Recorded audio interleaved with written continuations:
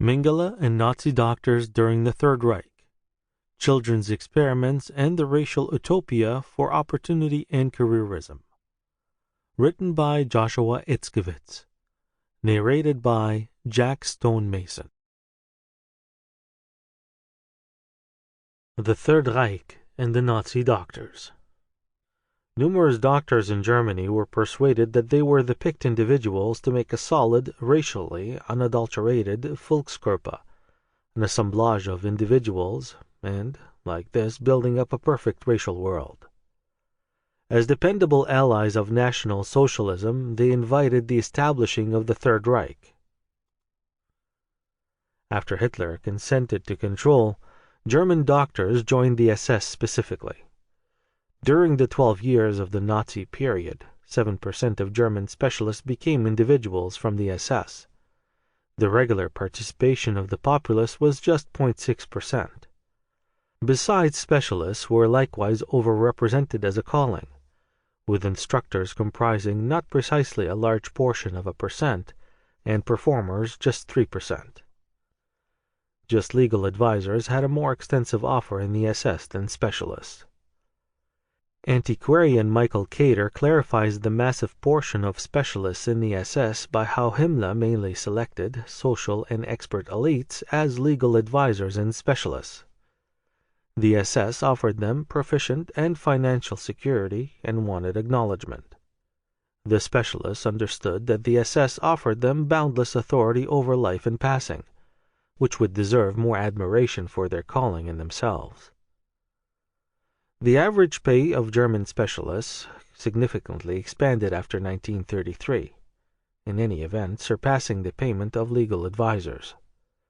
The Nazi specialists of the human investigations likewise joined the SS in huge numbers. German specialists were more hesitant to join the NSDAP than the SS.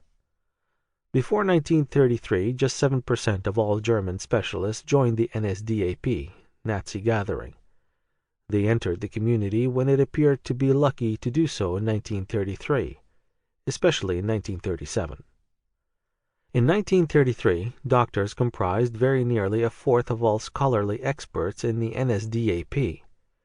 Most specialists joined the NSDAP in 1937, with an enrollment pace of 43% of the unlimited calling. German doctors shifted back and forth during the main long periods of the Nazi time, uncertain about the impacts of the new system on their calling. By 1937, the Third Reich had won their trust for a few reasons. The NSDAP had tackled the monetary emergency and had redesigned the clinical calling. In addition, the system had settled the Jewish inquiry in the clinical area.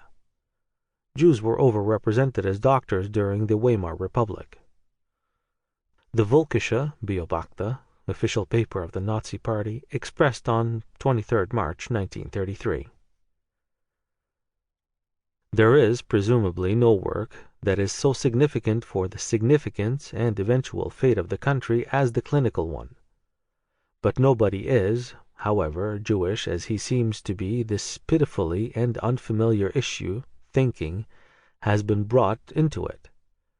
Jewish teachers overwhelm the seats of medication, desold their recuperating artistry, and have, with a great many ages of youthful specialists, absorbed unthinking soul. Jewish partners headed the professional affiliations and clinical affiliations. They misrepresented and subverted the clinical idea of honor, local morals, and ethics. The Nazi system took measures to tackle the Jewish issue in the clinical calling.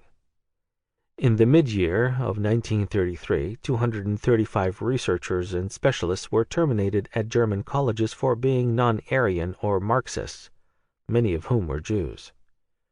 In 1934, the system forced limitations on the clinical calling, barring Jews from their positions.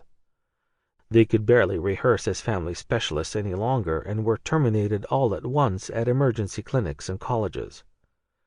The avoidance of Jews set out open-work doors for German doctors. The Nazi specialists all had their motivations to join the NSDAP and the SS.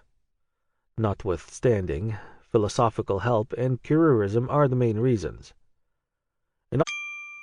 Sample complete. Ready to continue?